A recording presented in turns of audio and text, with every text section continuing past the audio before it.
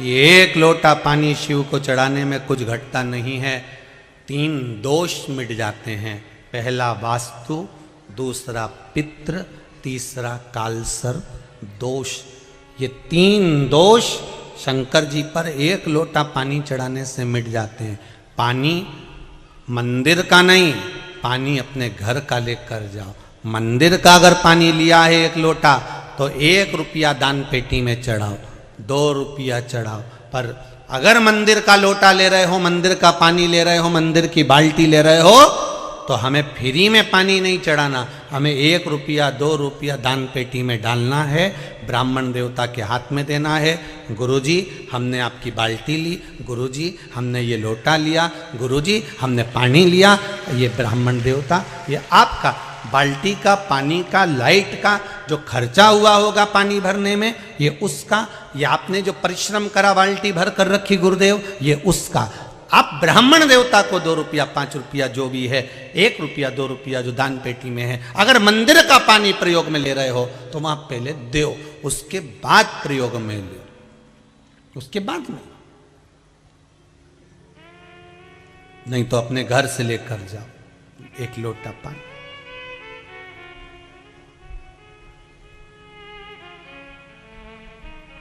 नियम बनाओ, जरूरी है।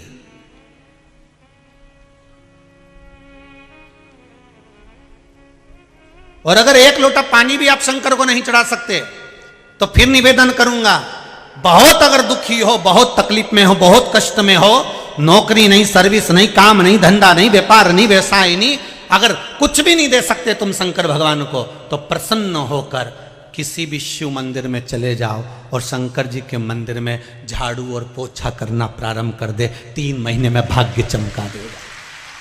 3 महीने लगेंगे भाग्य चमकाने में। तू उसका फर्श चमका, उसकी सेवा में लग जा, उसके मंदिर की सफाई में लग जा, वो भी तेरे जीवन में से दुख दरिद्र बाहर कर देगा। कर सेवा तू।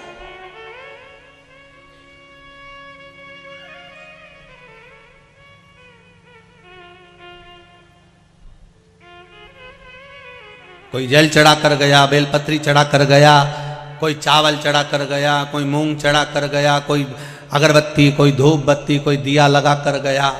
तू जा और आज मन में विचार कर कर जाना, अब मुझको 2 हफ्ते 3 हफ्ते बाबा की सेवा करना है।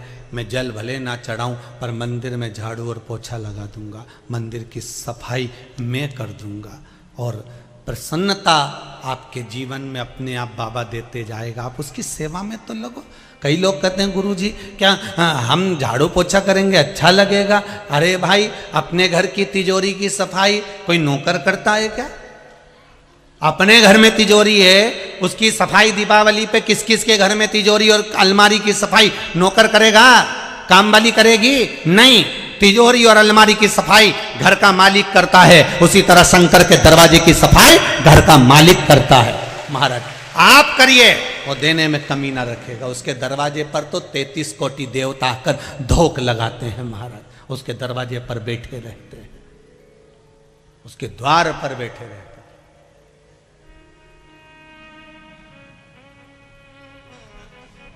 चले मेरे भगवान विष्णु भगवान शिव के पास में, भगवान शंकर से विनती करने जा रहे हैं, भोलेनाथ ये अप्सरा निकली है जिसका नाम तारा है, और ये अप्सरा इसको बाली भी मांग रहा है, इसको सुषण वेद भी मांग रहा है। अब आप बताओ ये किसको दी जाए? शंकर भगवान के पास में भगवान विष्णु लेकर पहुंच गए। अब भगवान तो भक्तों का तो दुख झेलने के लिए भगवान बैठा है। भगवान का मतलब ही क्या कि अगर भक्तों का दुख ना झेले। हाँ, आप कई लोग कहते हैं महाराज जी हमारे जीवन में ये दुख है, हमने ये करा, हमने वो करा, दुख नहीं कट रहा। क्या बात है, हो सकता है दुख भारी हो, पर चिंता मत करना, उसके दरवाजे से कहीं मत जाना। दुनिया के लोग कहेंगे कि अब एक काम कर शंकर जी, अगर तेरा दुख नहीं काटा तो तू हमारे इसमें आ जा, तू ऐसा कर ले, तू वैसा कर ले। भटकना मती, एक ही दरवाजे पर बैठे रहना। 10 खड्डे खोदने में पानी नहीं निकलेगा, एक बोरिंग ऐसा गहरा करवा दो कि पानी निकल के माने, तब तक मन मत करो मोटर को। निकल 100 फीट 200 फीट 300 फीट 350 400 कहीं तो निकलेगा। एक ही जगह खोदो ना। अब 150 फीट यहां खोद दिया, 250 फीट वहां खोद दिया, कितना हो गया? जम के बोलो। 350। अब 350 तो 2 जगह खोदा, उसमें कुछ नहीं निकला। इससे तो 350 एक ही जगह खोद देता, पानी निकल कर सामने आता। एक बार एक को पकड़कर भक्ति में डूब जाओ, भक्त के दुख हरने का काम मेरा देवादिदेव महादेव करता है। वो दुख हर लेगा, हरेगा दुख शंभु वे।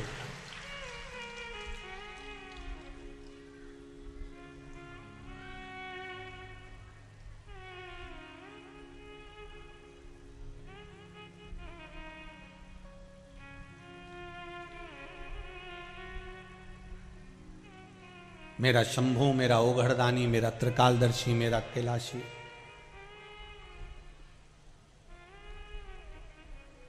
वो क्यों ना हारेगा?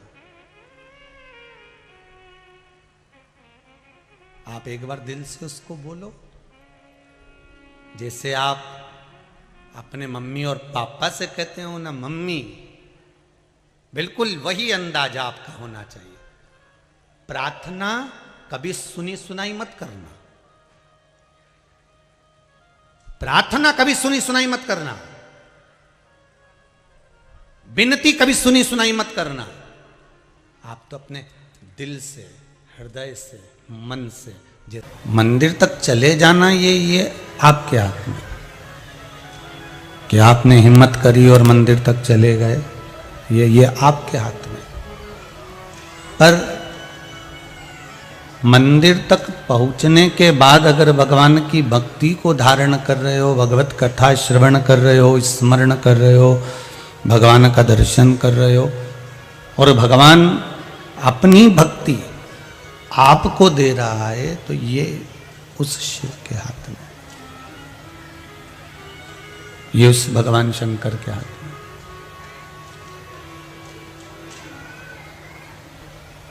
छत्तीसगढ़ वासियों को जो कथा मिली है वो भक्त शिव महापुराण की कथा है।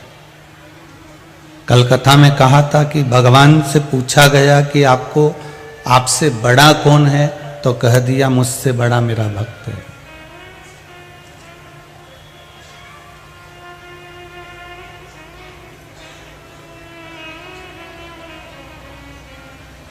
मुझसे बड़ा मेरा भक्त है और मैं भक्त के अधीन हूं। अब भक्त का मतलब आप समझते ही होंगे कि केवल माला लेकर बैठ जाने पर कोई उसको भक्त नहीं कह देता। तिलक लगा लेने पर भक्त नहीं हुआ, मंदिर में जाकर बैठ गया तो भक्त नहीं हुआ, गंगा के घाट पर जाकर बैठ गए तो भक्त नहीं हुआ।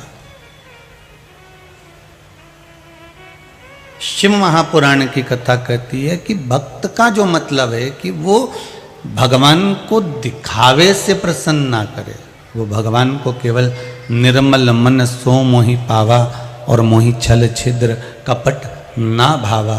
भगवान को केवल जो भाव से प्रकट करता है वही भक्त है। तुम्हारे पास में कितनी संपदा है, कितनी दौलत है, कितना धन है, कितनी सत्ता है आपका, कितना नाम है आपका, कितना वैभव है आपका, भगवान को इससे कोई फर्क नहीं पड़ता। आपके वैभव से, आपके धन से, आपकी संपदा से, आपकी दौलत से भगवान को कोई फर्क नहीं पड़ता। वीआईपी वस्त्र पहने हो आप, कितनी वीआईपी घड़ी पहने हो आप, कितना वीआईपी हार पहने हो आप, कितना वीआईपी श्रृंगार करे हो, इससे भगवान को कोई मतलब नहीं। भगवान को अगर मतलब है तो केवल निर्मल मन सो मोहि पावा मोहि छल छिद्र कपट ना। भगवान को अगर कुछ प्रिय है तो आपका हृदय, आपका चित्त, आपकी वृत्ति, आपका दिल।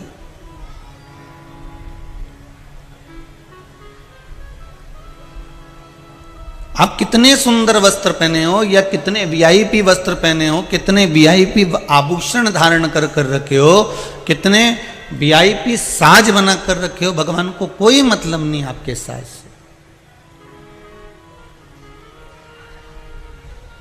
शंभो शरणे पड़ी मांगू घड़ी रे घड़ी दुख काटो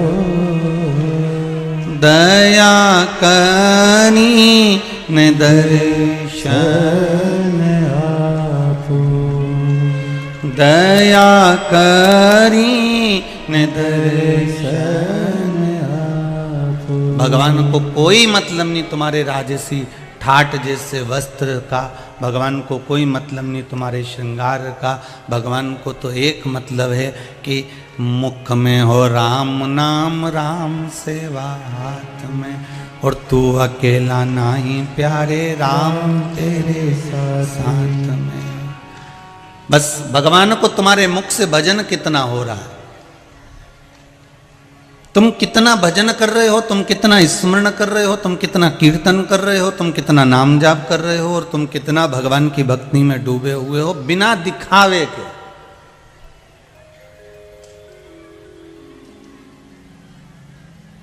उसमें दिखावा नहीं होना चाहिए, बस केवल अविरल भक्ति हो आपकी। बिना दिखावे के आप कितना डूबे हुए हो भगवान वो जानता है।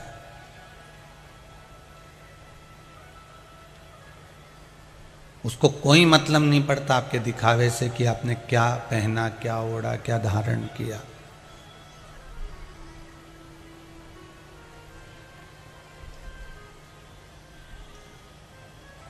एक बार ब्रह्मा जी को भगवान शंकर ने श्राप दे दिया।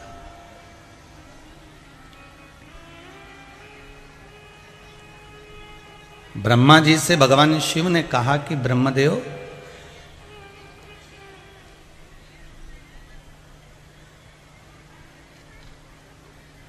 आप अपनी बेटी को जन्म दिए हैं और उस बेटी को आप निहार रहे हैं। ब्रह्मदेव,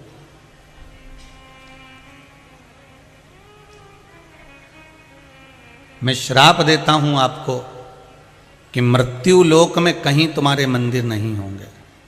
ब्रह्मदेव को श्राप लगा।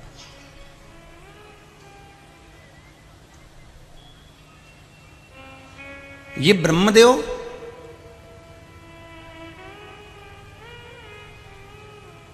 पहले भी एक बार भगवान शंकर को जानने के लिए शिवलिंग का निर्माण करवाया था। भगवान विष्णु और ब्रह्मा ने पर्वत को घुमाकर अग्नि का खंभ प्रकट करा था, उसमें से शिवलिंग प्रकट हुआ था। और वो अग्नि का शिवलिंग, अग्नि का खंभ, वो शिवलिंग का चरण और मस्तिष्क देखने के लिए ब्रह्मा जी गए थे।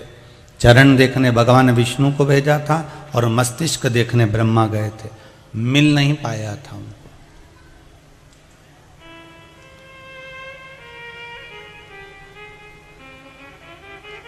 मिला नहीं था उनको। तो एक झूठ की पोटली बनाकर लाए थे ब्रह्मा जी।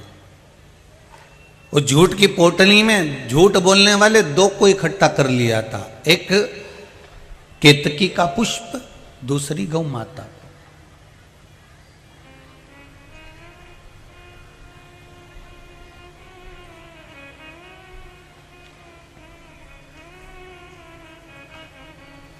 आपके चरित्र से आपके मित्र मिलते हैं। बहुत ध्यान देना इस कथा पर, भक्त शिव महापुराण की कथा है सब। आपके चरित्र से आपके मित्र मिलते हैं। आपका जैसा चरित्र होगा वैसे आपके मित्र आपको प्राप्त होंगे।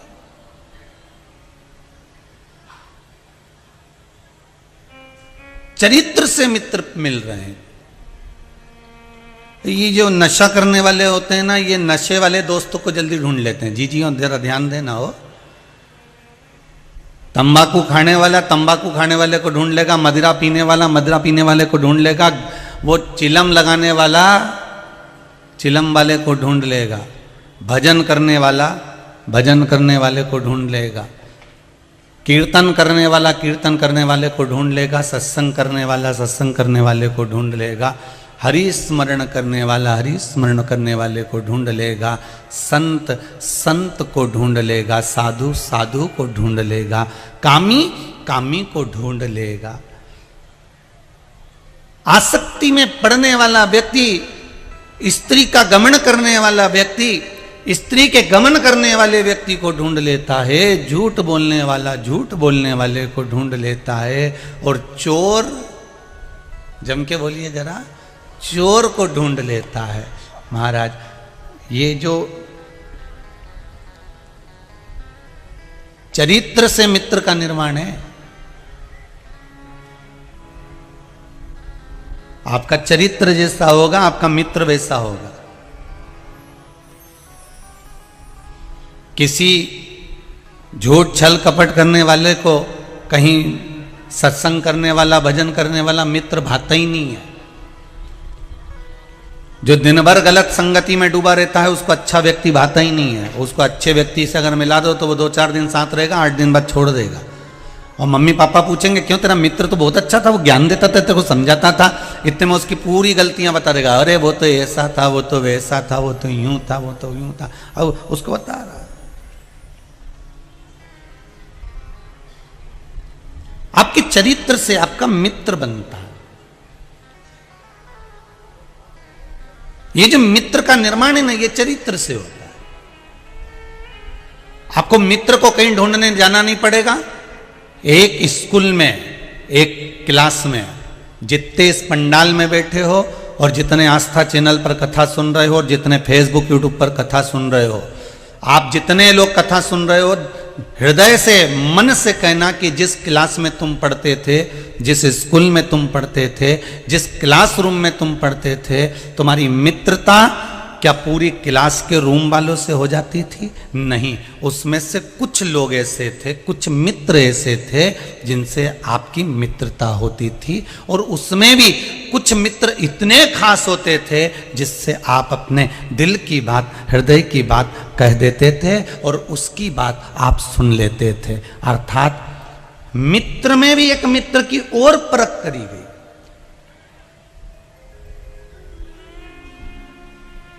मित्र से भी और मित्र निकाला गया, मित्र से फिर मित्र को निकाला गया, परख करी गई। और जब आपका जैसा चरित्र था उसके अनुसार पूरी क्लासरूम में आपको वो मित्र प्राप्त हो जाता है, जैसा आपका चरित्र था। जैसा आप चरित्रवान हैं वैसे आपको मित्र मिल गया।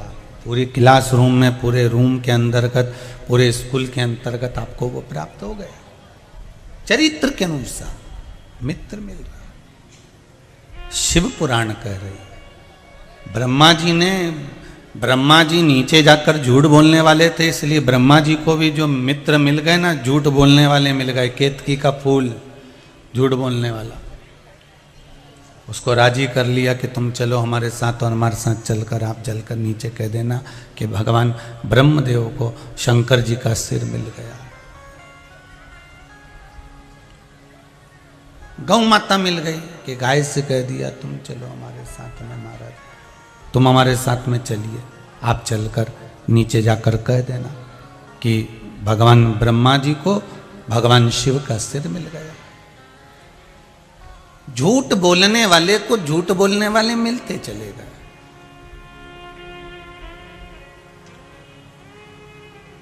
प्राप्त होते चले गए।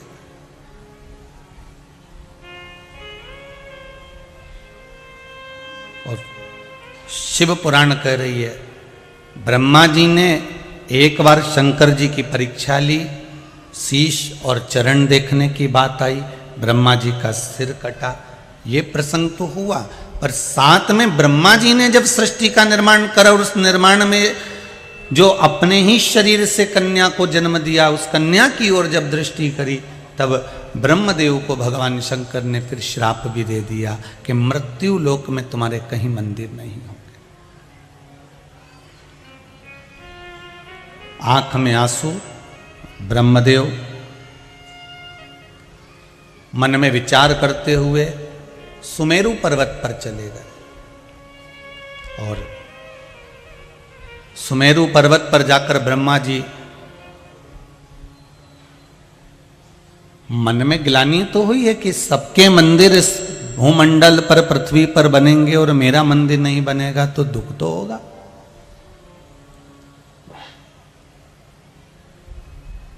कई कई बार आप लोगों के मन में भी एक भाव प्रकट हो जाता है, भगवान सबके मकान बन रहे हैं, सबके फ्लैट बन रहे हैं, सबकी बिल्डिंग बन रही है, मेरी क्यों ना बने।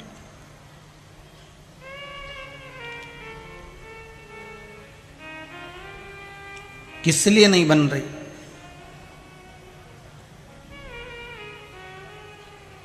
दो चीजों में परमात्मा पर छोड़ देना चाहिए। किन दो चीजों को? एक मकान, दूसरा संतान। जम के बोलो, क्या दो चीजें हैं? मकान और संतान। इन दो चीजों के लिए भगवान पर छोड़ दीजिए। जिद कर कर, पीछा पकड़ कर या बहुत टेंशन लेकर कोई मकान की खरीदी मत करना।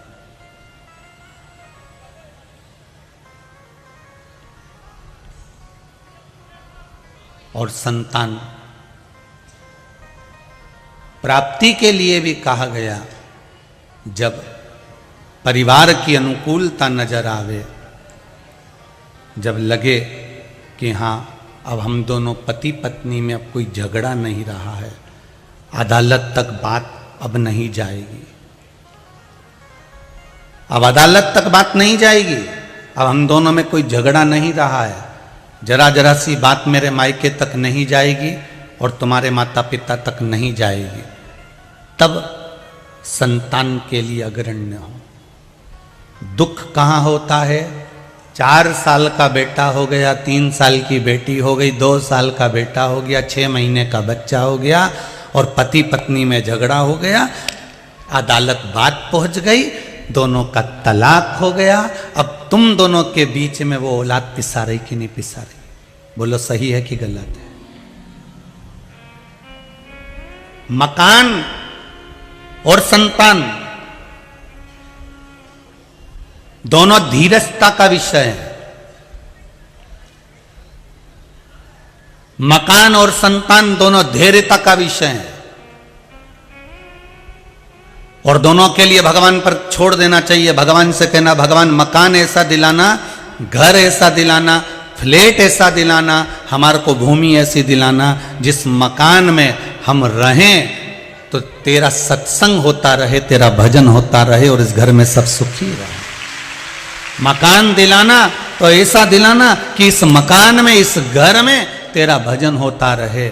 और भगवान संतान देना तो ऐसी देना जो मुझे कभी दान पुण्य धर्म सत्संग संकीर्तन से कभी ना रोके, बल्कि जब जब कहीं कथा हो तो मेरा बेटा मुझे छोड़ कर आए। संतान ऐसी देना, मुझे औलाद देना तो ऐसी देना, भगवान संतान देना तो ऐसी जो कभी सत्संग के लिए मना ना करे, जो कभी भजन के लिए मना ना करे, जो कभी कीर्तन के लिए मना ना करे, जो कभी दान के लिए मना ना करे। क्योंकि हम पहले भी कथा में कहे हैं, जब तक तुम्हारा शरीर चले और जब तक तुम्हारे घर में चले, तब तक जिंदगी का सारा दान पुण्य धर्म संकीर्तन सत्संग भजन जो करना है कर लो। क्योंकि जिस दिन तुम्हारा शरीर चलना बंद हो जाएगा, तुम तीर्थ नहीं जा पाओगे, कथा में नहीं जा पाओगे। और जिस दिन तुम्हारे घर में चलना बंद हो जाएगी, उस दिन तुम कुछ दान नहीं कर पाओगे, कुछ पुण्य नहीं कर पाओगे, कोई व्रत नहीं कर पाओगे, कोई कीर्तन नहीं कर पाओगे, कोई सत्संग नहीं कर पाओगे।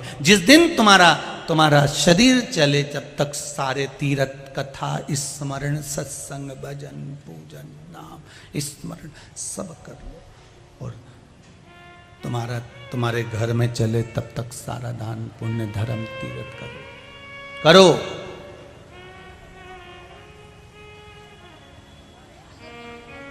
उसके बाद का कोई ठिकाना नहीं।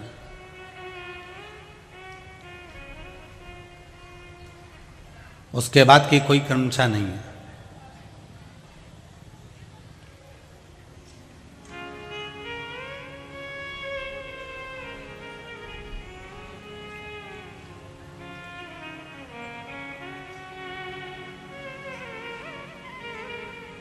महाराज,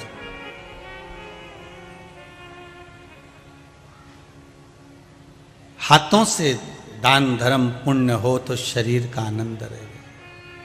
कहना भगवान से,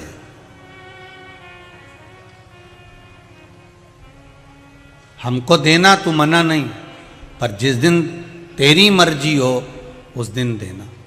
जब तेरा मन हो जाए कि हाँ बहुत दिन अब मैं किराए के मकान में रह ली हूँ, बहुत दिनों से मैं किराए के मकान में पड़ी रही हूँ, अब इसको मुझे भवन देना है, भूमि देना है, तो ये आपकी कृपा से मिल जाए। एक पत्र में किसी ने लिखा है,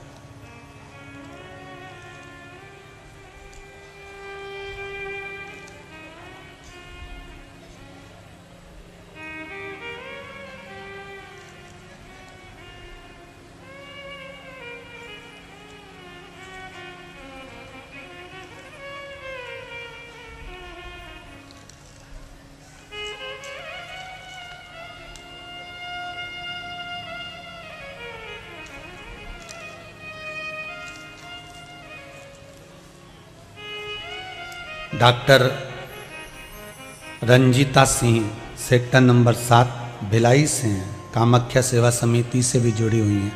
आप ही हैं? दोनों हाथ उठाकर जरा हर हर महादेव कर दो। हर हर।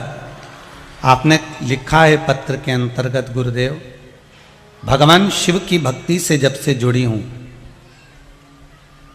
मेरे पास में कोई एक सामान खरीदने का भी कुछ नहीं था, पर बाबा देवाधिदेव महादेव की जो कृपा हुई है, हमने अपना घर भी बना लिया, मेरी पीएचडी भी हो गई अच्छे से गुरुदेव, और बाबा की कृपा से गाड़ी भी आ गई। ये शिव की कृपा है। जब से शंकर की भक्ति में जुड़ी हूं तब से कोई चीज की कमी बाबा ने नहीं दी है। आपने पत्र में लिखा है, बेटी हर हर महा, शिव भक्ति होती है।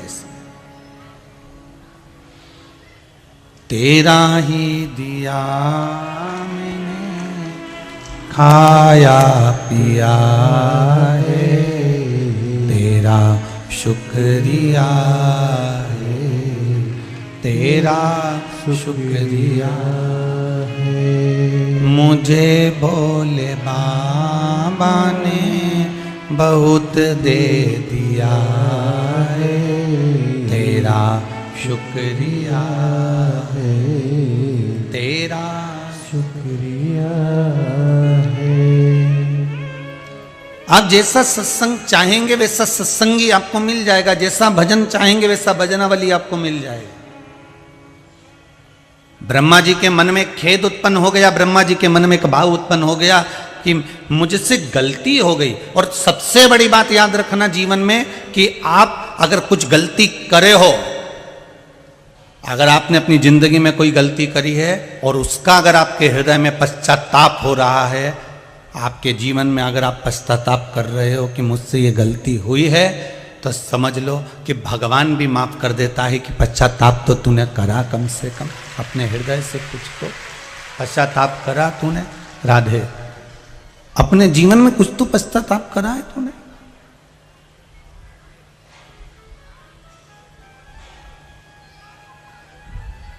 अगर कोई गलती हुई भी है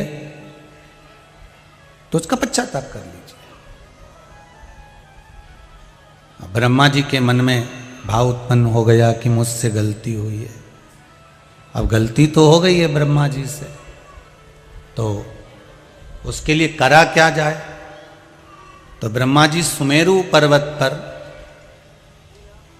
जो कि 100 योजन विस्तृत में फैला हुआ था, ब्रह्मा जी वहीं पर डेरा डालकर तप करने बैठ गए।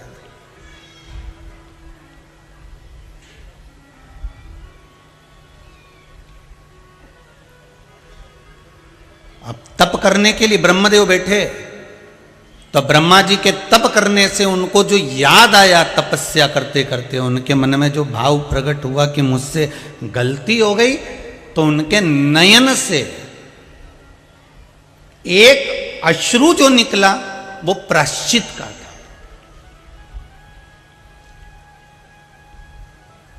और ब्रह्मा जी के दूसरे नयन से जो अश्रु निकला वो शिव जी के प्रति क्रोध का था कि भगवान शंकर ने मुझे श्राप दे दिया।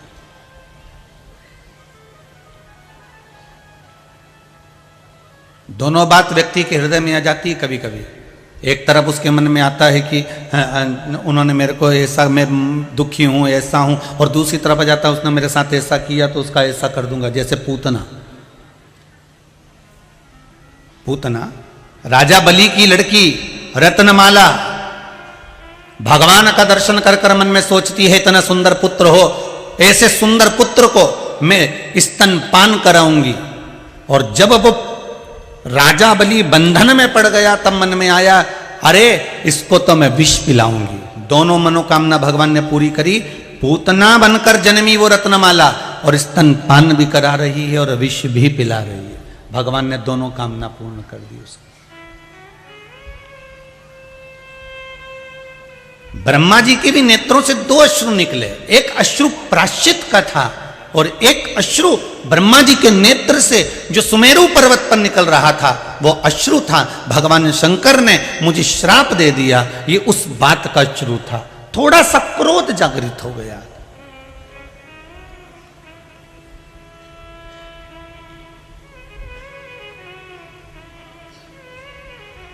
बच्चा भी दो बार, जब बच्चा रोता है तो दो कारणों से रोता है। एक साथ में दो कारण होते हैं तब रोता है, एक कारण के लिए बच्चा कभी नहीं रोता। दो कारण कौन से होते हैं? एक तो मम्मी ने मार दिया, दूसरी मेरे को टीवी नहीं चलाने दी, मुझे गेम नहीं खेलने दिया। बोलो सही है कि गलत है? बच्चा एक कारण से कभी नहीं रोता, बच्चा रोता दो कारणों से। एक, मम्मी ने मुझे मारा, दूसरा मम्मी ने मुझे गेम नहीं खेलने दिया, मम्मी ने मुझे मोबाइल नहीं दिया, मम्मी ने मेरा ये काम नहीं करा, मम्मी ने मुझे ऐसा कर दिया, मम्मी ने मुझे स्कूल भेज दिया, मम्मी ने मुझे ट्यूशन भेज दिया। बच्चा दो कारण से रो रहा है, दो कारणों से वो बालक रो रहा है। ब्रह्मा जी भी दो कारणों से आंखों से अश्रु बहा रहा है, एक प्राश्चित का, एक थोड़ा क्रोध का। थोड़ा सा क्रोध का अश्रु आ गया और ब्रह्मा जी के नयनों से जो अश्रु निकला, वो अश्रु निकलते से ही तप करते करते ब्रह्मा जी ने एक आंसू को तो हाथ से पोंछ लिया और दूसरा अश्रु भूमि पर गिर गया। जो प्राश्चित का अश्रु था वो आंखों के सामने से हाथ से पोंछ लिया गया और जो शंकर भगवान के प्रति भाव जो प्रकट हो रहा था, थोड़ा सा अंश क्रोध का उत्पन्न हो रहा था, वो भूमि पर गिर गया, जिससे एक बानर ने जन्म ले लिया। महाराज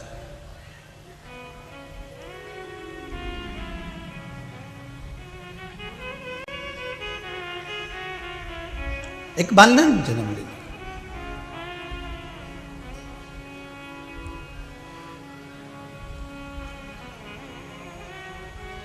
जिसका नाम था रीछ बानर।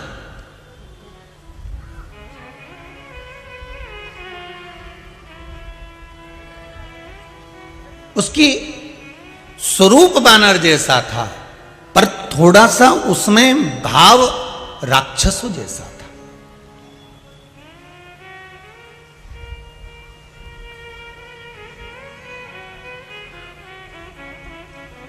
भगवान शंकर को मालूम पड़ा कि ब्रह्मा जी तप करने गए और ब्रह्मदेव तप में लीन हो गए हैं, ब्रह्मा जी तप धारण कर रहे हैं, ब्रह्मा जी तप कर रहे हैं। तो भगवान शंकर के मन में आया कि ब्रह्मा जी से जरा एक बार मिलकर आऊं, जरा हम मृत्यु लोक में आए हैं, सुमेरु पर्वत पर तप कर रहे हैं। इस सुमेरु पर्वत पर जहां वो तप कर रहे हैं, शंकर भगवान ने सोचा इस सुमेरु पर्वत पर तो मैं भी निवास करता हूं, चलो ब्रह्मा जी को जरा देख कर आता हूं। और भगवान जैसे ही सुमेरु पर्वत पर गए तो ब्रह्मा जी तो उठकर तप की मुद्रा से निकल कर जा चुके थे, ब्रह्मा जी तो पहुंच चुके थे अपने धाम में। पर जैसे ही शंकर भगवान पहुंचे, शिव जी को ब्रह्मा जी की याद आ गई और ब्रह्मा जी की जब याद आई कि मैंने ब्रह्मदेव को श्राप दिया, पर उनको संभालने के लिए श्राप दिया। माता पिता अपने बच्चे को अगर मारते हैं, बच्चे को भले दोष नजर आता है कि मेरी मम्मी ने मार दिया, मेरे पिता ने मार दिया, पर बच्चे को मारने का कारण केवल इतना सा था कि बच्चा आने वाले समय में थोड़ा सा संवर जाए, थोड़ा सा सुधर जाए। सुनार अगर लोहे को पीट रहा है तो उस सोने को, सुनार अगर सोने को पीट रहा है तो कुछ आभूषण बनाने के लिए पीट रहा होगा। माता पिता और गुरु अपने शिष्य को अगर पीटता है तो कुछ बनाने के लिए ही पीटता होगा कि इसको मुझे सुंदर बनाना है, मुझको इसको आभूषण बनाना है, मुझको इसको श्रेष्ठतम बनाना है। वो पीट इसलिए रहा।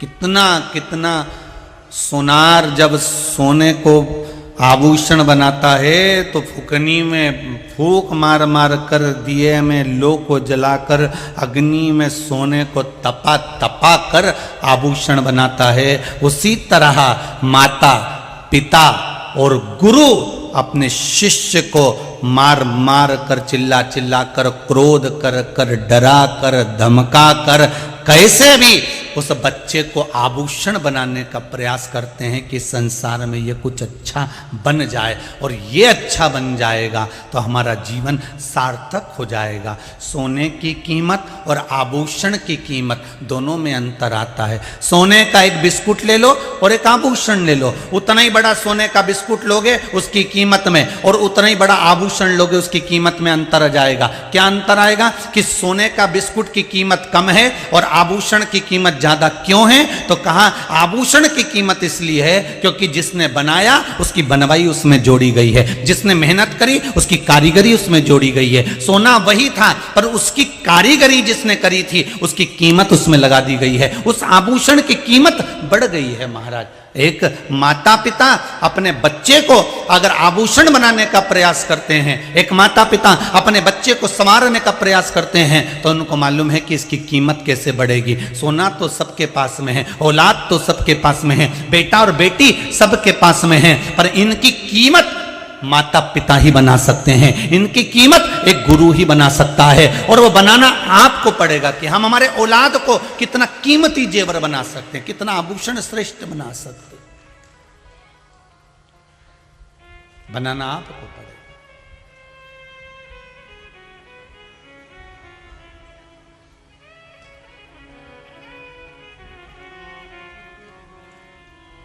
और जब तक आप उसको कीमत वाला नहीं बनाओगे तो जीवन की कोई सार्थकता नहीं। फिर निवेदन करूंगा, पढ़ाई आप कराओ, डॉक्टर आप बनाओ, इंजीनियर आप बनाओ, सब आप बनाओ, पर साथ में उसको संस्कारित बनाते हुए चलना, तो आपका भी जीवन संवर जाएगा और आभूषण भी श्रेष्ठ हो जाएगा। संस्कारित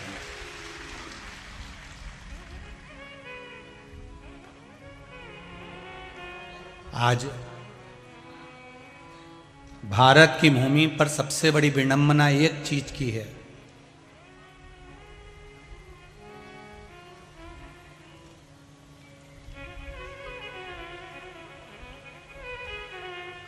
भारत की भूमि पर सबसे बड़ी विडंबना एक चीज की है।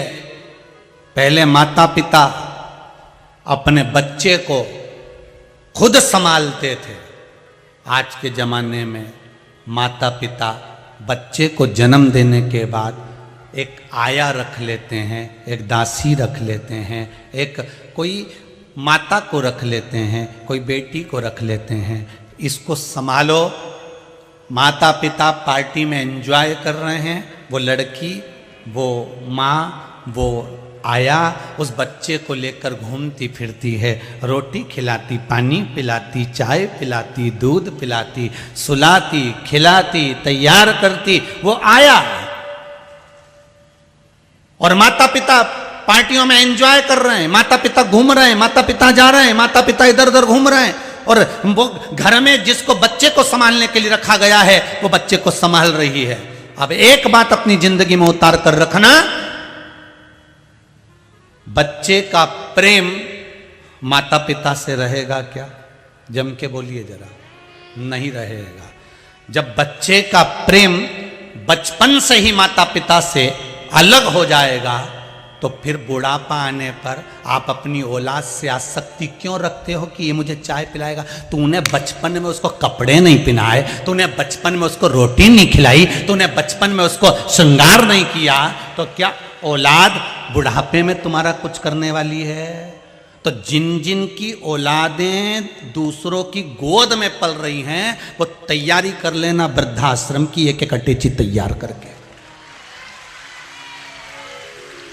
एक एक अटैची अभी से तैयार कर कर रख लो, क्योंकि बच्चों में प्रेम आप जागृत करोगे तो बच्चे, माना आपको नौकरी से फुर्सत नहीं है, आपको कमाने से फुर्सत नहीं है, पत्नी भी नौकरी पर जा रही है, पति भी नौकरी पर जा रहा है, पर ईमानदारी से बोलो पूरा जीवन आधे से ज्यादा समय आधा ही समय समझ लो कि जिंदगी के 100 साल में से 50 साल तुमने कमाने में निकाले। अब हिसाब लगाइएगा जरा, कितने साल कमाने में निकाले, जम के बोलो जरा।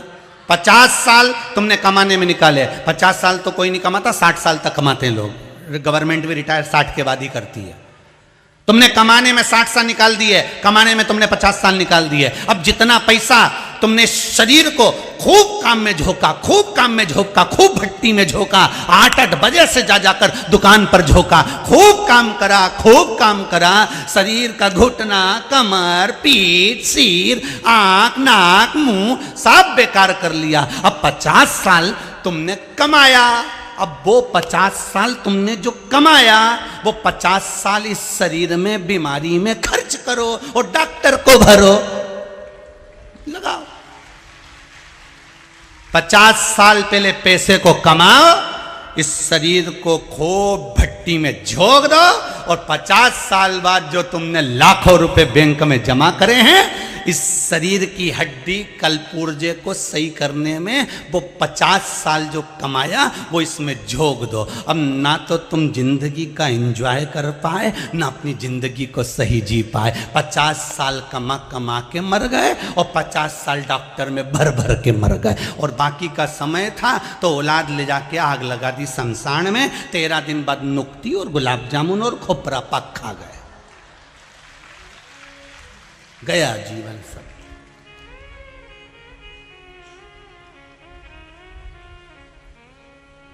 अभी भी कुछ नहीं बिगड़ा है। अरे ओ धान के कटोरे वालों, अच्छे से सुन लो जरा, कुछ नहीं बिगड़ा, अभी भी कुछ नहीं गया। कई लोग कहते हैं सीवर वाले महाराज को कथा करना नहीं आती, हम तो पगले हैं, माना हमें कथा नहीं आती। पर तुमको भी तो जिंदगी जीना नहीं आती। अगर तुम्हें जिंदगी जीना जिस दिन आ जाएगी तो हम में भी कथा करना आ जाएगी, पक्का। तुम जीना सीख लो, हम कथा करना सीख लो। जियो जियो, खूब अलमस्त जियो।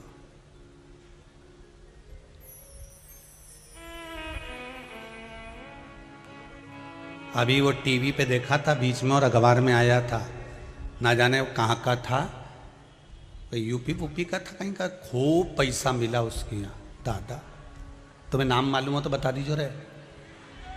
हैं, कौन से गांव का? हाँ, जो भी नाम हो। कौन से गांव के थे वो? कानपुर के। कितना मिला, और उसका अंदाजा लगाया गया तो मालूम पड़े फिएट गाड़ी थी, बस उसी में घूमता था, और मोटरसाइकिल पुरानी थी उस पर घूमता था। अब ईमानदारी से बोलो, कमाया कमाया कमाया, जोड़ा, खुद के शरीर पे भी कभी खर्च नहीं कर पाया, आखिरी में दूसरे आए और उठा कर ले गए। बस यही जिंदगी है। हमने जिंदगी भर संभाला, आखिरी में चला गया। यही जीवन है। जोड़ो, मना नहीं। एक दुकान की जगह 10 दुकान खोलो, मना नहीं। 8 बजे से लेकर रात को 11 बजे तक कमाओ, मना नहीं। पर जितना कमाओ उसमें से आधा अपने शरीर पर भी खर्च करो। फुल एंजॉय से जिंदगी जियो, एकदम एंजॉयफुल जीवन। रो रो के नहीं जीना। जरा सी छोरा सुन नहीं दिया, बहू ने ये कह दिया, पत्नी सुने नहीं, पति ये बोल गया, हमारा रुपया वो खाकर भग गया। अरे जाने दो, भाग्य में होगा तो वापस आएगा। किसके लिए रोना हमको? किसके लिए? भरोसा दृढ़ बनकर, विश्वासपूर्ण। एक माँ ने पत्र लिखा है कि गुरुजी, हमारे परिवार में हमारे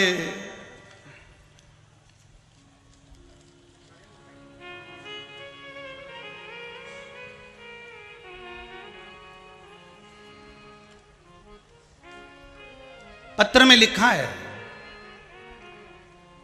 मेरे पति ने कहा गुरुदेव, अगर शिव महापुराण की कथा गुरुजी कहते हैं कि टीवी पर सुनो, और सुनने के बाद अगर रोग अच्छा हो सकता है, तो मैंने टीवी पर कथा सुनता हूं एक बार गुरुजी की, और मुझे दमे की बीमारी है, मुझे खांसी की बीमारी है। अगर कथा सुनकर मेरा दमा और खांसी ठीक हो सकता है तो मैं मान लूंगा शंकर को। ये बहन ने पत्र लिखा है, श्रीमती ईश्वरी साहू, जयतानगर,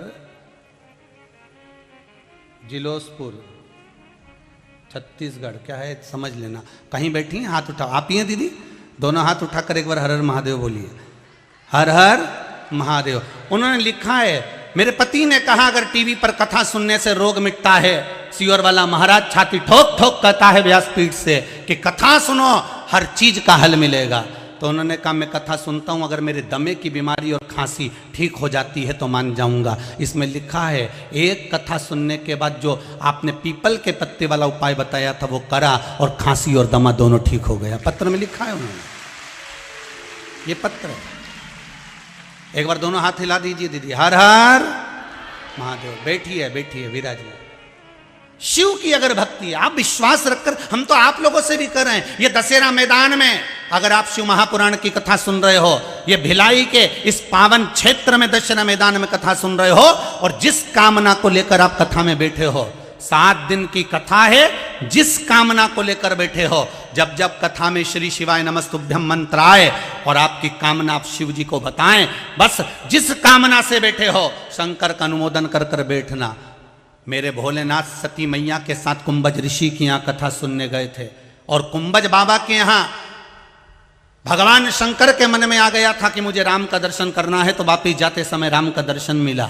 सती मैया के मन में आ गया था कि मेरे शादी के बाद मेरे पति मुझे कथा सुनाने लाए, इससे तो ये शरीर जलकर भस्म हो जाए तो अच्छा। और वो सती मैया का शरीर उन्हीं के पिता के यहाँ जलकर भस्म हुआ था। कथा में जब जब बैठो तो कामना लेकर अगर बैठे हो, भगवान से मिलन की कामना है, भक्ति की कामना है, श्रद्धा की कामना है, कोई मन में भाव आया है तो बाबा उसको स्वयं पूर्ण करता है, कोई दूसरा नहीं, शिव पूर्ण करता है। जिसके घर में आए हो व्यवस्था वो करेगा।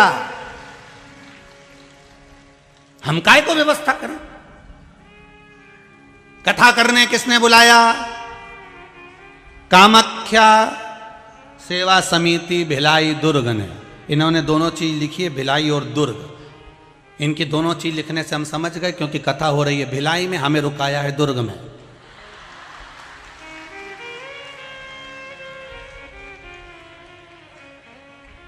हम जब ये लिखा हुआ, जब नवेगांव में आया था ना पर्चा कि माँ कामाख्या सेवा समिति भिलाई दुर्ग छत्तीसगढ़, ग्राउंड स्कूल दशहरा मैदान सेक्टर 7 भिलाई, ये वही पर्चा। तो हमने आशीष से भी कहा था कथा भिलाई में है कि दुर्ग में, तो कहने लगे अब ये तो नहीं कह सकते। तो हमने कहा भिलाई और दुर्ग है कितनी कितनी दूर? तो क्या हमको तो ये भी नहीं मालूम। तो हमने कहा जरूर ये ना कुछ तो बात है। भोलेनाथ जी ने अगर भिलाई दुर्ग लिखा है तो कहीं संबंध तो इनका पक्का है। तो कथा भिलाई में है, महाराज रुका दुर्ग में।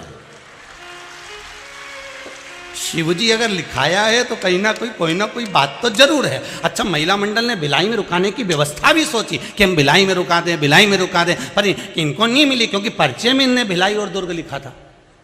तो शिवजी के पास आ गया था, तो पर्चे में जो लिखा तो बाबा ने स्वीकार कर लिया कि दुर्ग से संबंध तो रहेगा। कथा यहाँ करा, महाराज वहाँ, दादा सोए बा घर में, पाँव पसारे या घर में। अंतर भाई, जो मन में भाव आए। महाराज, इस जीवन का कोई भरोसा नहीं, कोई भरोसा नहीं। खूब भगवान की भक्ति में दिन निकालो, रात निकालो, भगवान शिव के स्मरण में निकालो। निंदा करने वाले निंदा करेंगे, बुराई करने वाले बुराई करेंगे। हम तो यहां तक कहते हैं कि फेसबुक, यूट्यूब, इंस्टाग्राम आदि पर भी अगर कोई किसी की भी बुराई करता है, करबद्ध निवेदन है आप कभी उसका साथ मत देना, एक कमेंट्स मत करना, नहीं तो पापी के चक्कर में वो गेहूं के साथ, अरे बोलो तो, गुण भी पिसा जाता है। इसलिए अपने नहीं देना इनका साथ। ये लिखे कुछ भी लिखे, ये बोले कुछ भी बोले, पर अपने साथ अपन है का। और महाराज कौन रहा? भगवान शिव की कथा कहती है, इस संसार सागर में अगर जन्म मिला है तो कोई फिक्स होकर नहीं आया। कब किसको कब जाना पड़ जाए इसका कोई भरोसा नहीं।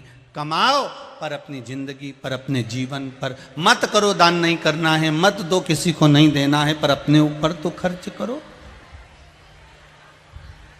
अपने ऊपर तो लगाओ कम से कम।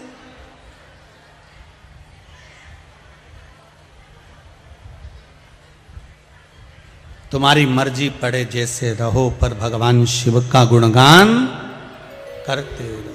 श्री शिवाय नमस्तुभ्यं, श्री शिवाय नमस्तुभ्यं, श्री शिवाय नमस्तुभ्यं, श्री शिवाय नमस्तुभ्यं, श्री शिवाय नमस्तुभ्यं। तुम्हारी मर्जी पड़े जैसे जीवन जियो, पर शंकर का नाम लेकर, भगवान का भजन कर कर, स्मरण कर कर, कीर्तन कर कर, भगवत नाम को धारण कर कर जीवन जियो।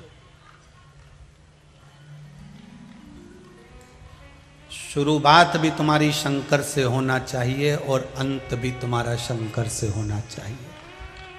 महाराज, मकान तुम्हारी पसंद का होगा और मसान शंकर की पसंद का होगा कि किस जगह पर ले जाकर आग लगवाएगा, ये उसको मालूम है, हमको नहीं। ब्रह्मा जी के एक अश्रु से एक बानर उत्पन्न हो गया।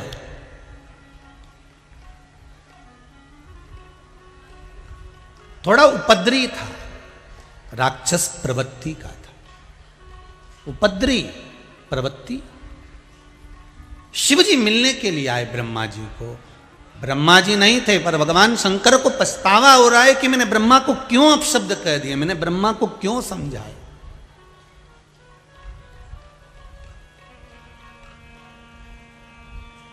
मैंने ब्रह्मदेव को ये बात क्यों कही।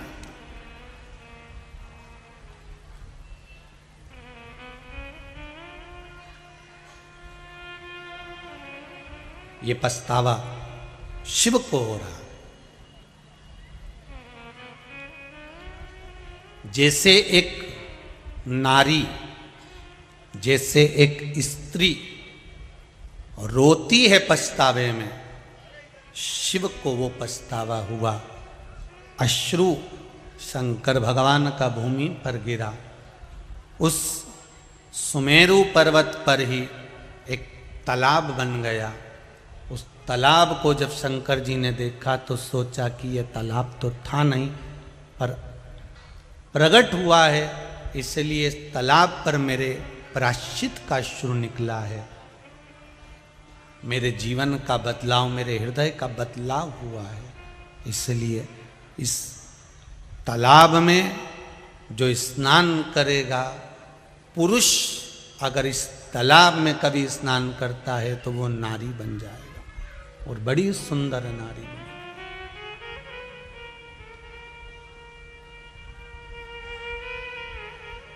प्रायश्चित का जब स्नान व्यक्ति को होता है, इस मन को जब वो प्रायश्चित में डुबोता है, तो महाराज वो सुंदर बनकर प्रकट होता है, सुंदर बनकर।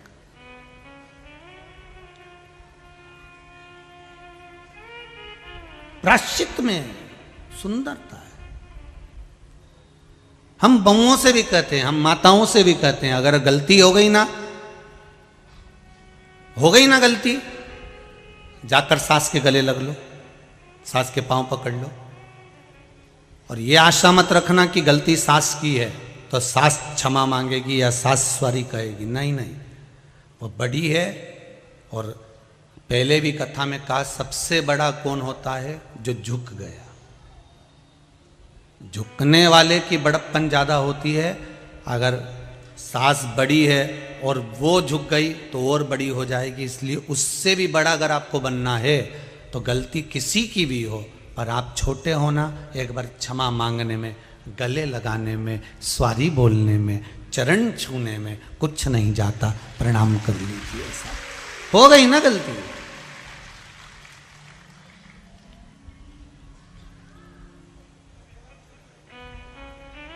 कुछ नहीं बिगड़ेगा।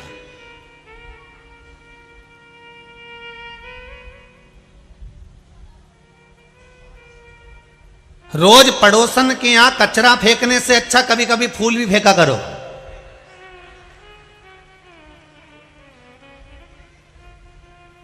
रोज पड़ोसन की यहां गलती निकालने से अच्छा है कि दीपावली दशहरे पर कुछ मिठाई भी भेजा करो, उसको अच्छा लगेगा। तभी तो उसके दिल में आएगा कि मेरी पड़ोसन अच्छी है, उसके यहाँ पूजन पाठ होता है, वो कुछ भेजती है। दशहरा मैदान में कथा चल रही है, वो कथा में जाती है ना, तो मुझे बेलपत्री भी ला के देती है। इतनी अच्छी पड़ोसन कहाँ मिलेगी, वो खुद खुश होगी। और तुम रोज रोज झगड़ा करोगे तो उसके मुंह से सुबह से शाम तक केवल बद्दुआ ही निकलेगी। ना तुम्हारा धन उसको चाहिए, ना उसका धन तुमको चाहिए। तुम भी ऐसे नहीं हो कि किसी का धन तुमको चाहिए।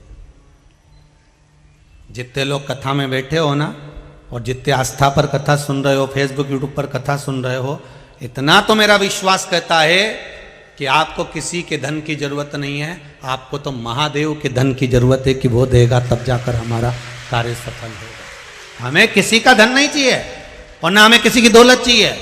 कोई किसी का धन मिल भी जाएगा तो कितने दिन चलेगा? किसी का पड़ा हुआ मोबाइल मिल गया, हार मिल गया, चेन मिल गई, अंगूठी मिल गई, कितने दिन चलेगी?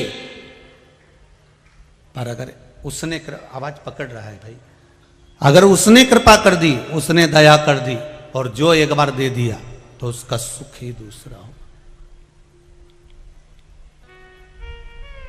उसने अगर दिया है फिर सोचना नहीं है महाराज।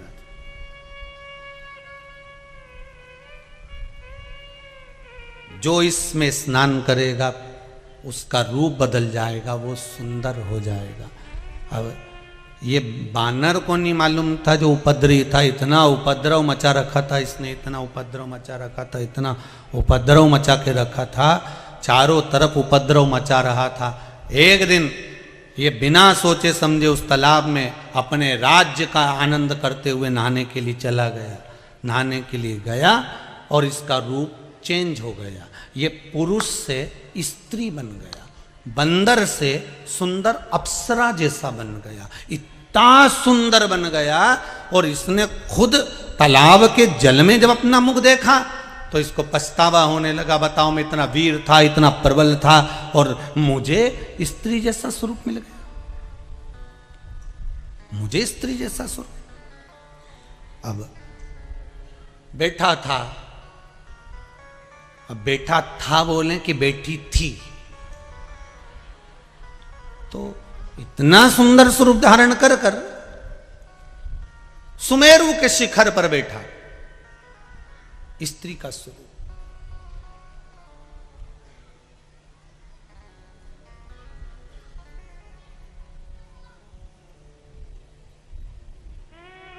रामचरितमानस में दो ऐसे हैं जिनकी माता थी पर गर्भ से नहीं जन्मे थे, एक बाली और एक सुग्रीव। जिनकी माता थी पर ये गर्भ से नहीं जन्मे। माता तो थी इनकी पर ये गर्भ से इनका जन्म नहीं हुआ। महाराज वो थे बाली और जम के बोलो सुग्रीव, ये दो थे। और ये सजकर श्रृंगारित होकर शिखर पर बैठी हुई थी। महाराज इतने में वहीं से इंद्र और सूर्य देव का आगमन हुआ। दोनों ने देखा तो इंद्रदेव ने सूर्य देवता से कहा, कितनी सुंदर नारी बैठी है, अप्सराएं भी इसके आगे फीकी है, इसके बाल कितने सुंदर हैं। बस बाल पर दृष्टि पड़ गई तो महाराज एक बेटे ने जन्म ले लिया जिसका नाम था बाली। मात्र बाल पर दृष्टि पड़ी तो बेटे ने जन्म लिया जिसका नाम था बाली। और इतने में सूर्य देवता, सूर्य नारायण भगवान देख रहे थे, सूर्य देवता देख रहे थे। सूर्य देव ने उसकी ग्रीवा को देखा, गले को देखा, इसका गला कितना सुंदर है जिसमें यह हार पहनी हुई। ग्रीवा को देखा तो एक बालक ने जन्म लिया जिसका नाम था सुग्रीव। बाली बाल को देखकर, सुग्रीव ग्रीवा को, दोनों प्रकट।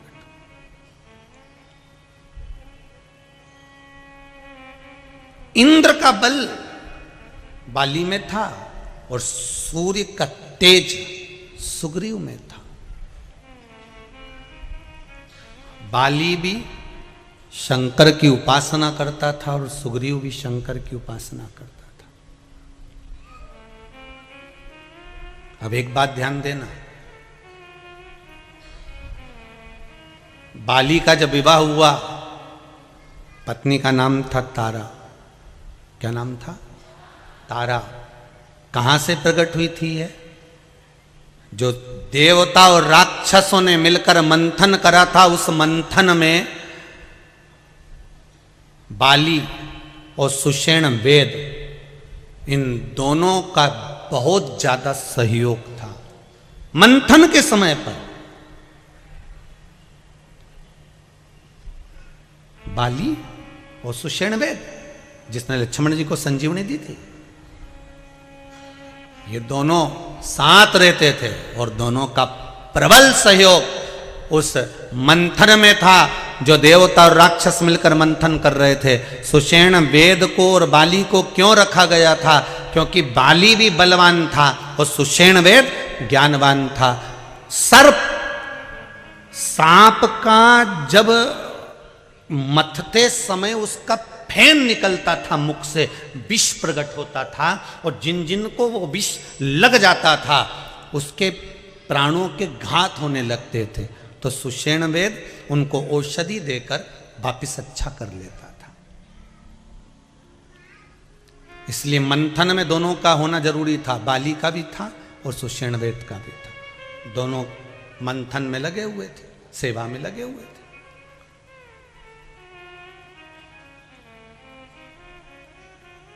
कथा कोई भी कराए, मंथन कोई भी कर रहा हो, पर सेवा मूल है। कथा कोई भी कराए, सेवा मूल है कि आप क्या सेवा में लगे हुए हैं। कोई व्यवस्था संभालने में लगा है, कोई बैठने की व्यवस्था करने में लगा है, कोई फलहार व्यवस्था में लगा हुआ है, कोई स्वल्पाहार व्यवस्था में लगा। तो ये सेवा मूल है अपनी जगह पर।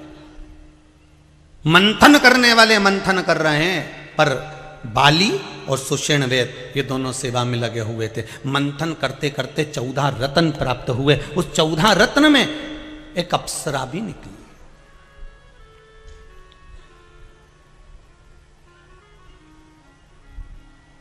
चौदह रत्न में एक अप्सरा भी निकली है। उस अप्सरा में प्रबल अप्सरा थी तारा, बड़ी सुंदर थी। और जैसे ही प्रकट हुई तारा, जैसे ही प्रकट हुई वो अप्सरा, जैसे ही प्रकट हुई तारा, तारा को यहां बाली ने भी देख लिया और सुषेण वेद ने भी देख लिया और दोनों ने कह दिया कि इससे विवाह करना चाहते हैं, इसको हम अपना बनाना चाहते हैं।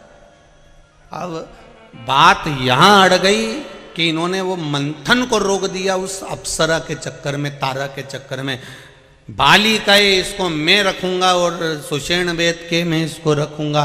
दोनों खड़े हो गए। मंथन जब बंद हो गया, क्योंकि मंथन इसलिए बंद हो गया था क्योंकि सर्प का जो विष निकल रहा था वो देवता राक्षसों को लग रहा था। सब घायल हो चुके थे। अब ना तो सुषेण वेद उनका इलाज कर रहा था, ना बाली उसमें बल प्रदान कर रहे थे। तो बड़े घबरा गए देवता। देवता उन घबरा कर उस अप्सरा को ले जाकर भगवान विष्णु के पास पहुंचे। भगवान विष्णु से कहा, प्रभु ये अप्सरा निकली है 14 रत्न में, एक रत्न अप्सरा, ये तारा नाम की सुंदर नारी प्रकट हुई है, क्या करना है इसका? भगवान विष्णु ने कहा, क्या चाहते हैं? बाली कह रहा है मैं इसको अपनाऊंगा, सुषेण वेद कह रहा मैं अपनाऊंगा। भगवान विष्णु निर्णय नहीं दे पाए तो शंकर जी के पास ले गए, शिव जी के पास।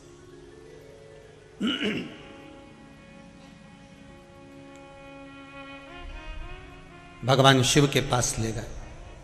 शंकर भगवान तो बैठे थे अलमस्त में। पूछा क्या बात है? भगवान विष्णु बोले, प्रभु आपके पास आए हैं। क्यों? फिर देख लीजिए कितनी सुंदर बात लिखी है शिव महापुराण के अंतर्गत। मनुष्य तो मनुष्य, देवता भी जब चक्कर में पड़ जाते थे, कोई निर्णय तक नहीं पहुंच पाते थे, तब देव अधिदेव महादेव को याद करते थे कि शंकर हमें निर्णय तक पहुंचाए, हमें निर्णय तक पहुंचाए। एक लोटा पानी, एक बेलपत्र, एक पुष्प, एक चावल का दाना व्यक्ति के निर्णय को बदल देता है महाराज। उसका क्या भाव था, वो क्या उसकी किस्मत में कितना दुख लिखा हुआ था, उस दुख को केवल उसका एक लोटा पानी उसको सुख की ओर ले जाता है। एक लोटा जल।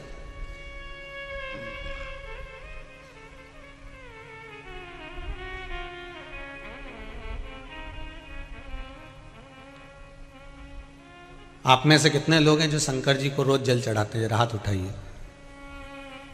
बहुत बढ़िया, रख लो, वापिस रख लो, बहुत बढ़िया। हर हर महादेव, धन्यवाद बहुत बहुत।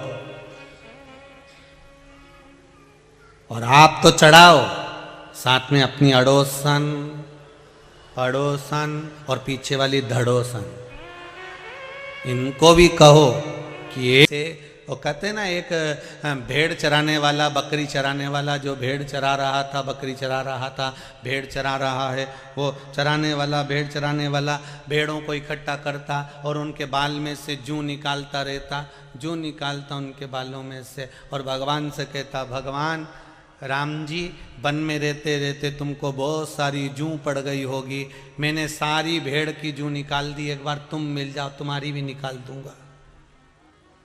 इतने में तो वहीं से एक संत निकल कर जा रहे थे। संत ने कहा, अरे मूर्ख हो गया, पागल हो गया, बावरा हो गया, राम जी को कोई जूं होती है? आज के बाद ऐसा बोला है तो सोच लेना। उसने बोलना बंद कर दिया। सीता जी ने राम जी से कहा, प्रभु एक भक्त रोज तुम्हारी स्तुति करता था, शाम के समय पर बकरियां लेकर बैठता, भेड़ लेकर बैठता, रोज स्तुति करता, स्वामी वो उसने स्तुति करना बंद कर दिया। राम जी बोले, सीता तुझे अच्छा लगता था? हाँ प्रभु, मुझे बहुत अच्छा लगता था। फिर वो स्तुति नहीं कर रहा, क्यों? कोई संत ने मना कर दिया।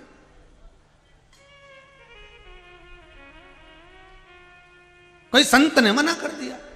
अच्छा, हाँ। राम जी ने हनुमान जी को बुलाया, हनुमान इधर आओ, जरा पृथ्वी पे जाओ, पता करके आओ कि कौन से संत ने मना करा है वो स्तुति करने का। हनुमान जी गए तो एक संत को जाकर कहा, क्यों तुमने स्तुति करने का बंद करा? तो क्या कोई वो स्तुति थोड़ी ना करता था, वो तो कहता था, राम जी जैसे मेरे बकरी के, मेरे भेड़ के जूं पड़ गई, मैंने निकाल दिया, ऐसे तुम्हारी निकाल दूंगा, तुम मिल जाओ। मैंने ये कहने से मना करा। हनुमान जी ने कहा, उसको बोल कराओ, जैसे बोलता था वैसा कि वैसा ही बोले। तो संत ने कहा, वो संस्कृत नहीं बोले, वो हिंदी नहीं बोले, वो आड़ा टेढ़ा बोले तो भी बोलने दे, बोलने दो, तुम तो बोल के आओ। उसी से मेरी सीता प्रसन्न है, मेरी जानकी प्रसन्न है। हनुमान जी ने कहा, संत ने जाकर कहा, तुम एक काम करो, तुम जैसे स्तुति करते थे वैसे ही करो, राम जी की जूं निकालो, मना नहीं। बस उसने जो बोलना प्रारंभ करा, सीता फिर प्रसन्न हो गई। भगवान तुम्हारी वो स्तुति नहीं सुनता जो दुनिया गाए, भगवान वो स्तुति सुनता है जो तू दिल से गाए, तो अपने हृदय से बोले, मन से बोले, वो स्तुति परमात्मा सुनता। अब कहो ना भगवान को, जैसे एक बच्चा अपनी माता से कहता है, एक बच्चा अपने पिता से कहता है, एक बच्चा अपने माँ बाप से जैसे कहता है, वैसा आप भगवान से कहकर देखिए। एक बार बैठे बैठे भगवान से कह दो, प्रभु हे मेरे नाथ, हे मेरे स्वामी, हे भोलेनाथ। भगवान जैसे बच्चा कहे, मम्मी, ओ मम्मी, मम्मी के क्या है? मम्मी। सुनो तो, सबके पास में मोबाइल है, मेरे पास नहीं है। माँ बोलेगी चुपचाप बैठे रहे, पढ़ाई का समय कि मोबाइल का समय? मम्मी तुम दिला दो ना एक मोबाइल, पापा से कह दो ना। बच्चा जैसे प्रेम से अपनी माँ से कहता है।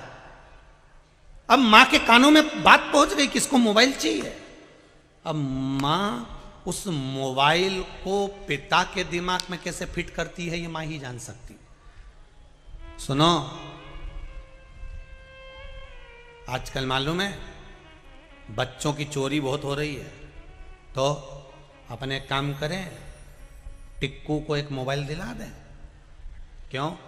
उसके पास मोबाइल रहेगा, नंबर रहेगा, तो कोई अगर उसको पकड़ेगा तो फोन तो कर देगा। पिताजी ने कहा बिल्कुल सही बोल रही है, बिल्कुल सही।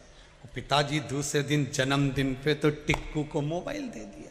तुम जैसे अपनी माँ को प्रेम से कहते हो, इतना प्रेम से तुम देवाधिदेव महादेव को तो बोल के देखो, बाबा, ओ बाबा, ओ बाबा, शंभो शरणे पड़ी मांगू घड़िए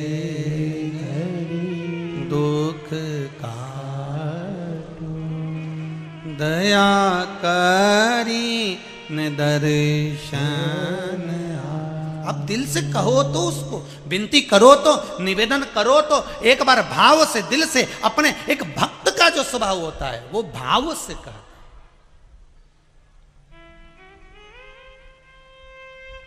दिल से कहो।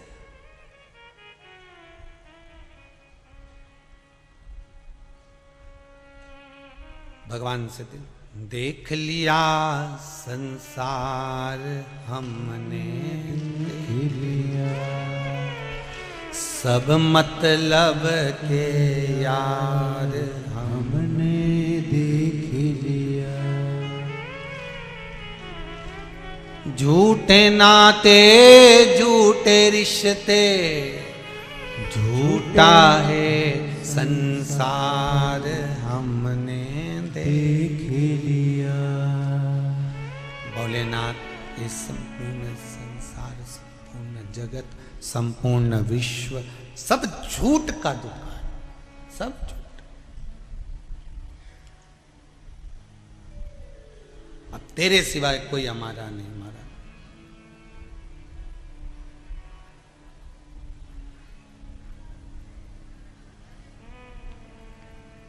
कौन? शिव की शरण में,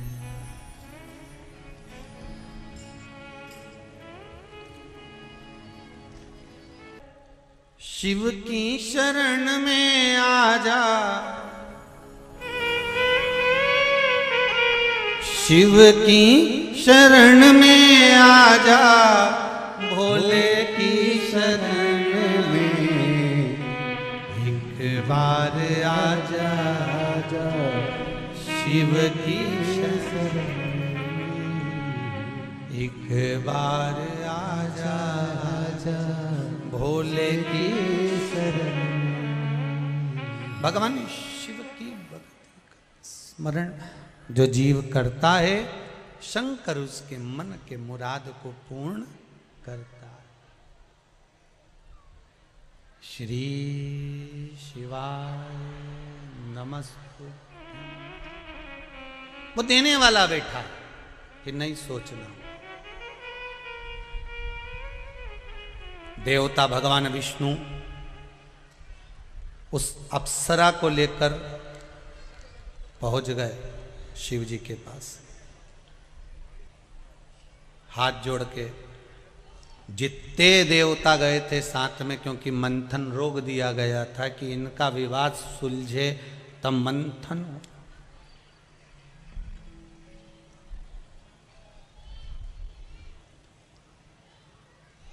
परिवार में, मोहल्ले में, रिश्तेदारों में, कुटुंब में, समाज में, लौकिक रीति में कहीं अगर विवाद होता है तो उसमें व्यक्ति का जो मस्तिष्क है, माइंड है, वो काम में नहीं लगता। फिर उसका माइंड फालतू चीजों में लगना प्रारंभ हो जाता। प्रयास करा करो अपनी जिंदगी में कि हमें किसी से झगड़ा नहीं करना, हमें किसी को अपशब्द नहीं कहना। कोई अगर आप पर उंगली भी उठाए, उठाने दो, ये एक उंगली उस आपकी ओर आएगी तो 3 उंगली उसकी ओर जाएगी। बोले बोलने दो। क्या होगा इससे? विवाद होगा तो आपका दिमाग फिर कमाई में नहीं लगेगा, भजन में नहीं लगेगा, स्मरण में नहीं लगेगा, काम में नहीं लगेगा। फिर ये दिमाग गलत जगह पर जाएगा।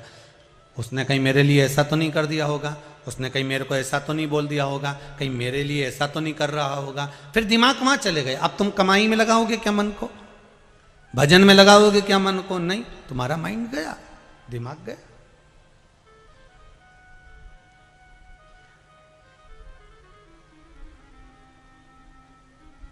देवताओं ने ले जाकर शिव जी के सामने छोड़ा। अब आप निर्णय दो। शंकर भगवान ने पूछा क्या निर्णय?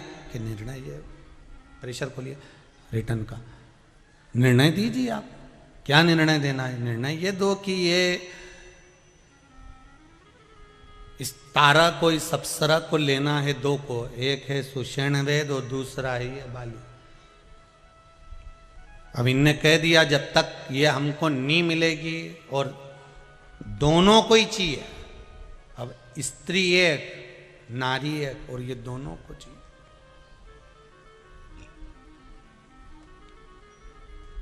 भगवान विष्णु कहते हैं मैं भी निर्णय नहीं दे पाया। अब ऐसा भारी निर्णय कौन देगा कि लेने वाले दो और दोनों ही बलवान। अगर बाली को नहीं दिया तो ये समुद्र मंथन रुक जाएगा। सुषेण वेद को नहीं दिया तो जो सांप का जो विष निकल रहा है, उस विष से जो घात हो रही है देवताओं उनको, राक्षसों को, वो बंद नहीं होगा।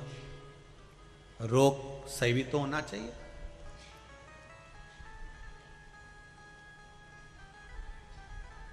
ये तो मेडिकल बॉक्स लेकर चलता है और वो बल लेकर चलता है। अब दोनों ही जरूरी है।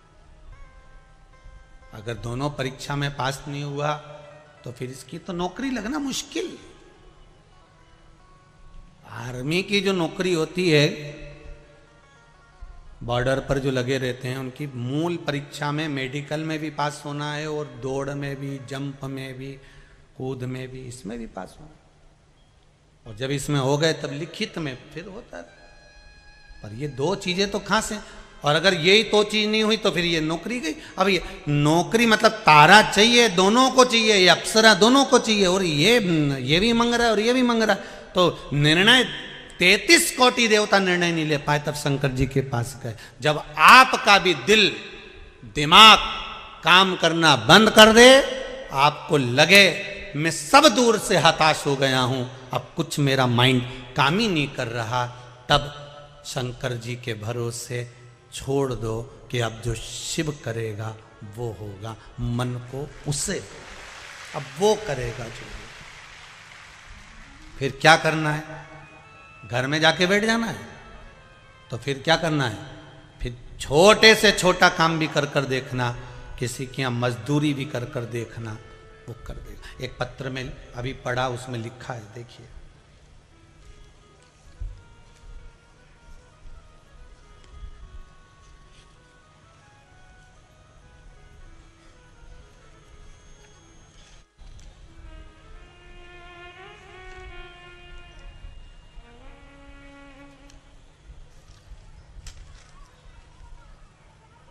महाराज जी,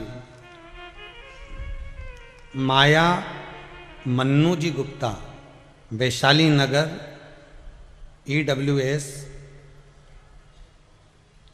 भिलाई से हैं। कहीं बैठे हों तो हाथ उठाइएगा। माया मन्नू जी गुप्ता कहीं बैठी हो तो हाथ हिलाइए। आप ही हैं? दोनों हाथ हिला दीजिए जरा। हर हर हर हर। आपने लिखा है पत्र में, गुरुदेव कथा मैं नित्य सुनती हूं टीवी पर, और कथा सुनकर मैंने बाबा देवाधिदेव महादेव का पशुपति व्रत करा। कभी जिंदगी में नहीं सोचा था कि ऐसा भी चमत्कार होता है क्या कि पशुपति व्रत करो या भगवान का कोई उपास करो और निर्णय इतनी जल्दी मिल जाता है। आप कथा में कहते हो कि 5 पशुपति व्रत जो मनोकामना रखकर दिल से करता है, भगवान उसकी कामना पूर्ण करता है। मैंने केवल टीवी पर यह बात सुनी थी और विश्वास रखकर पशुपति व्रत को धारण किया। गुरुदेव, मैंने 5 व्रत करना प्रारंभ करा और थोड़ा ही 2 व्रत 3 व्रत हुए थे, और इतने में मेरे बच्चों का रिजल्ट आ गया और मेरे दोनों बेटों को अच्छी जॉब मिल गई। US में मेरे बेटों को जॉब मिल गई। हर हर महादेव बोलो एक बार, हर हर। बैठिए माता जी, बैठिए। बहुत बहुत बधाई आपको। बहुत सुंदर बात लिखी गुरुजी। आपकी कथा से एक सीख मिलती है कि कहीं मत भटको, शिव की शरण में रहो। आप जो भी उपाय बताते हो वो शंकर की पूजन के बताते हो, जगत में भ्रमित होने के या भटकने के नहीं बताते। बहन, बस हमारा तो एक ही निवेदन है कि अगर आप संसार से आप रहो, मैं जल में रहूं तो ऐसी रहूं जो जल में कमल का फूल रहे, मेरे अवगुण दोष समर्पित हो, करतार तुम्हारे हाथ। रहो संसार में पर शंकर के भरोसे पर।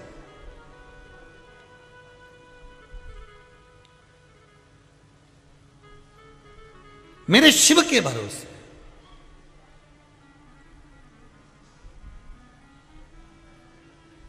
जब आपको लगे कि अब मेरे कुछ चल नहीं रहा, अब मेरी कहीं बात रही नहीं रही है, अब मेरी बात सब फेल हो रही है, सब जगह मुझे लोग गलत कह रहे हैं, अब मेरा कहीं ना तो जॉब है ना सर्विस ना नौकरी, कुछ भी नहीं हो रहा, हार गया मैं संसार से, तब उस देवाधिदेव महादेव के पास जाना। इतने सालों की कथा में कभी हमने आपसे ये नहीं कहा कि आप किसी के दरवाजे जाना, बोलो कभी बोला?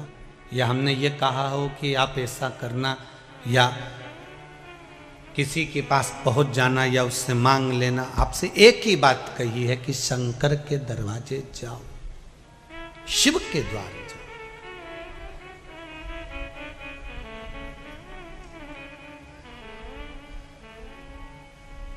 एक बार आजा आजा शिव की शरण में, एक बार आजा आजा शंकर की शरण में, शिव की शरण में आजा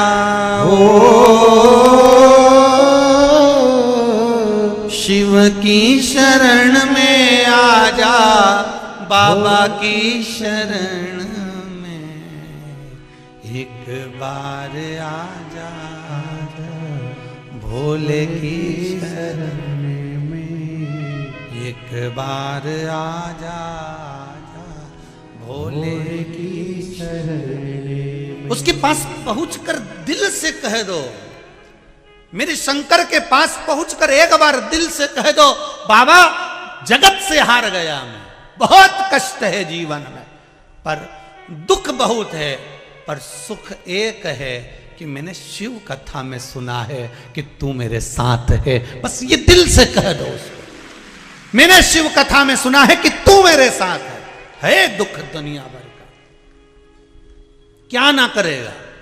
एक पत्र में लिखा है किसी बहन ने, मैं अपने पति के साथ उज्जैन महाकाल का दर्शन करने गई थी।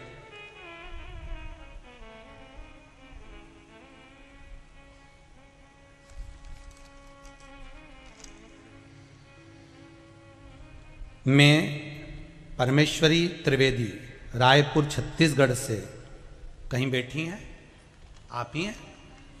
दोनों हाथ हिला दीजिए एक बार, हर हर महादेव। आपने पत्र में लिखा है बहन,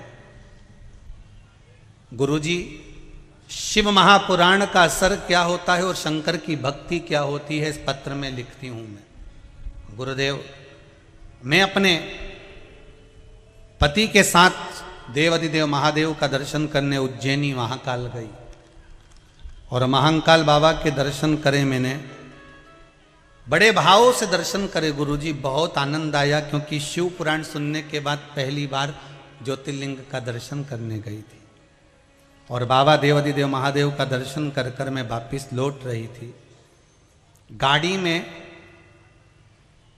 गाड़ी से जब मैं बाहर गाड़ी में बैठी और थोड़ी देर के बाद जब मैं गाड़ी से बाहर उतरी किसी कार्य के लिए, कुछ खाने के लिए, तो मेरे बैग में पैसे नहीं थे, मेरे 25,000 रुपये कहीं चले गए थे, गिर गए थे।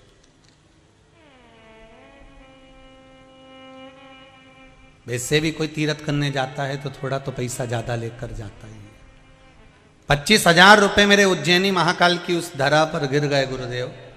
मेरे पति मुझसे कहते हैं, तूने शिव महापुराण की कथा में सुना है ना कि बाबा पर विश्वास रख, वो थोड़ा लेता है और बहुत ज़्यादा देता है। तूने सुना है ना, एक बार तू ही कह रही थी मुझसे, इस पत्र में लिखा है, कि तू मुझसे कर रही थी कि बाबा पर भरोसा रख, और तेरे 25,000 गिरे हैं जिसने बाबा पर भरोसा करा। और तुझे अगर विश्वास है शिव पुराण पर तो 25 नहीं 50,000 बाबा देगा। और गुरुजी हम चाय पीकर होटल से आगे बढ़े थे, एक लेडीज दौड़ कर आकर कहती है ये 50,000 रुपए तुम्हारे हैं, ये लो। ये पत्र है जो बहन ने लिखा। बैठिए बहन जी, हर हर महादेव। ये 50,000 रुपए तुम्हारे हैं। उसके पति कहते हैं हमारे 50,000 रुपए नहीं हैं। बहन ने भी कहा हमारे 50,000 रुपए नहीं है। नहीं, उसने कहा मुझे दान करना है। तो इन्होंने बोला कि मंदिर में दे दो, देवालय में दे दो, महाकाल बाबा के वहां पर मंदिर में जमा कर दो। तो उसने कहा नहीं, मैं तो मंदिर से तो आई हूं और वहीं से किसी ने कहा है कि उसके 50,000 रुपए हैं, देकर आइए। और ये 50,000 रुपए। अब दुनिया के लोगों को क्या प्रमाण दें? अभी आंख के अंधे को कौन बताए कि सूरज यही है? कौन कहे?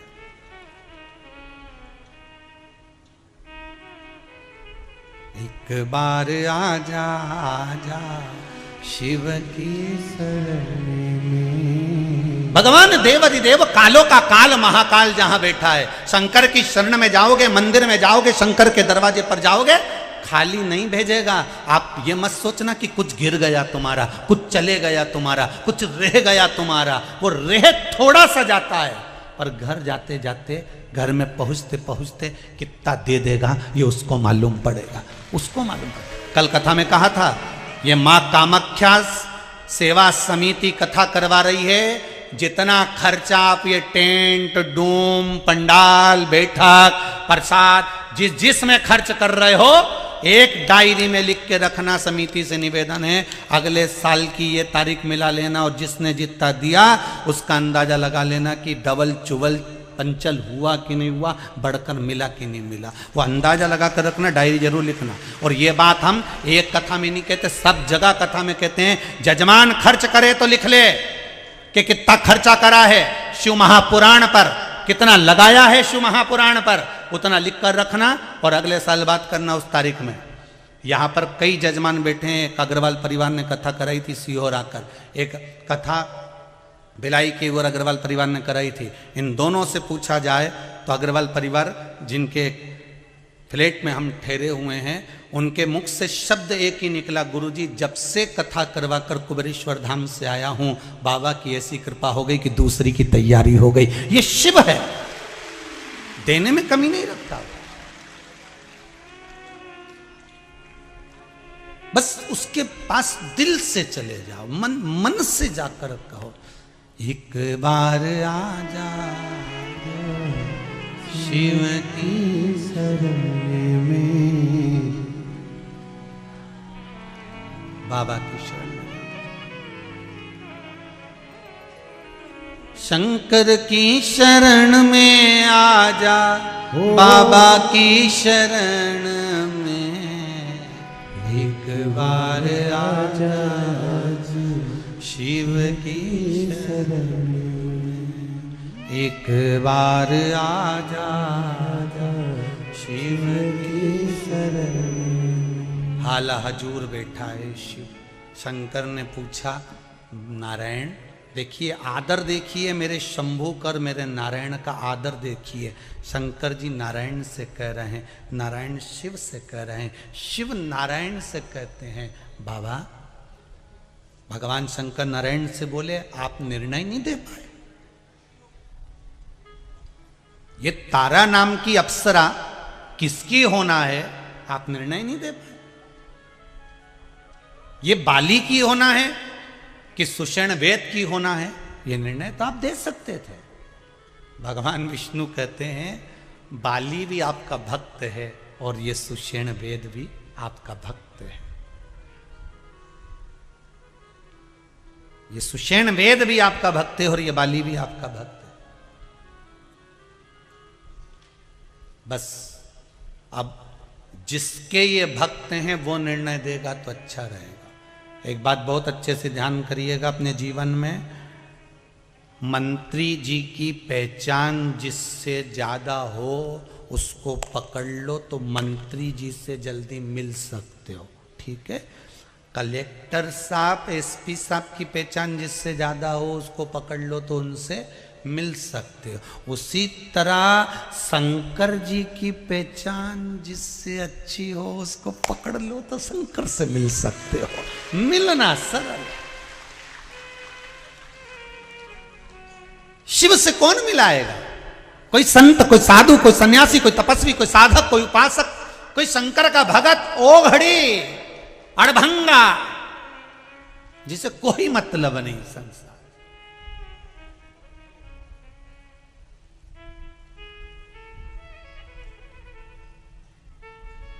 शिव से कौन मिलाएगा? शंकर से कौन मिला सकता है? मुझे तो ऐसा लगता है ये कोरोना महामारी में, ये 2 वर्ष जो कोरोना महामारी के निकले हैं, मुझे तो ये महसूस होता है कि ये शिव महापुराण की कथा संसार के लोगों को शंकर का साक्षात्कार कराने के लिए मिली है। शिव का साक्षात्कार कराने के लिए।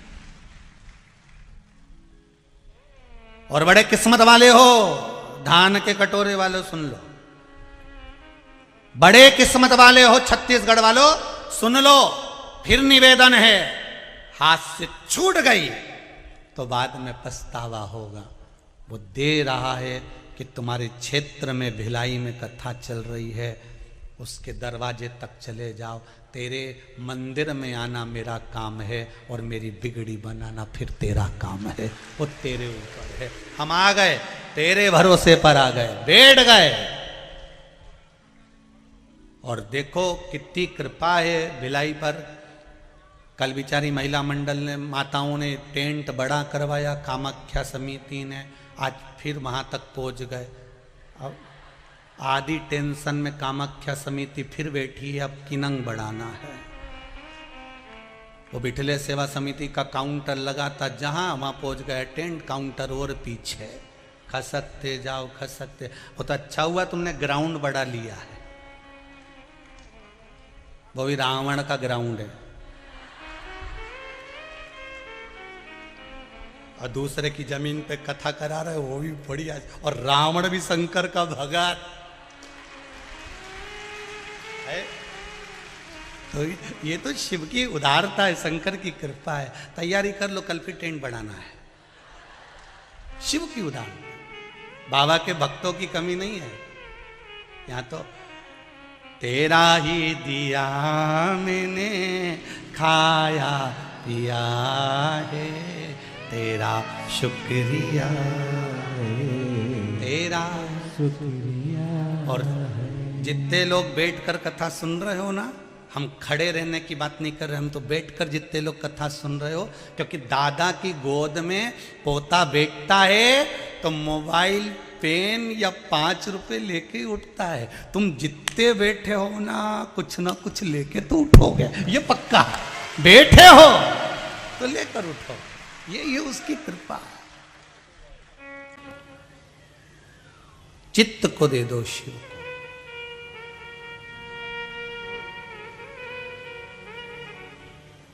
कोई राह नहीं सूझ रही हो तो शंकर के मंदिर की या शंकर की कथा की राह पकड़ लो।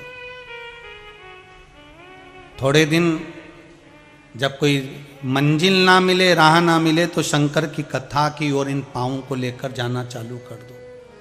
जितने कदम चलकर ये पांव शिव की कथा तक जाएंगे, जितने कदम चलकर ये पांव मंदिर शंकर के तक जाएंगे, भगवान कहीं ना कहीं तुम शिव के मार्ग पर चलकर देखना, भगवान शंकर तुम्हारे लिए कोई अच्छा मार्ग खोज कर रख देगा कि इस मार्ग पर चलो। शिव खोज देगा कि इस मार्ग पर चलो। समय आया, ब्रह्मा जी को कहा, ब्रह्मा जी तुम्हारे फल स्वरूप ये आनंद प्राप्त हुआ है, ये बाली और सुग्रीव प्राप्त हुए हैं। शिव जी कहते हैं, ब्रह्मदेव सृष्टि का रचना करो। अर्धनारीश्वर स्वरूप का दर्शन भगवान शंकर दिए हैं ब्रह्मा जी को। अर्धनारीश्वर भगवान पधार रहे हैं, जोरदार ताली बजाकर स्वागत करें। अर्धनारीश्वर स्वरूप का दर्शन भगवान शंकर भगवान ब्रह्मा को दिए हैं। अर्धनारीश्वर स्वरूप का जब दर्शन करा, आधा पुरुष आधा पार्वती का स्वरूप था। भगवान अर्धनारीश्वर का दर्शन कर कर जीवन धन्य बना लिया भगवान। अर्धनारीश्वर स्वरूप का दर्शन किया। भगवान अर्धनारीश्वर स्वरूप में पधारे, ब्रह्मा जी ने देखकर आनंद पाया। आज की कथा अर्धनारीश्वर भगवान की कथा पर विराम होती है।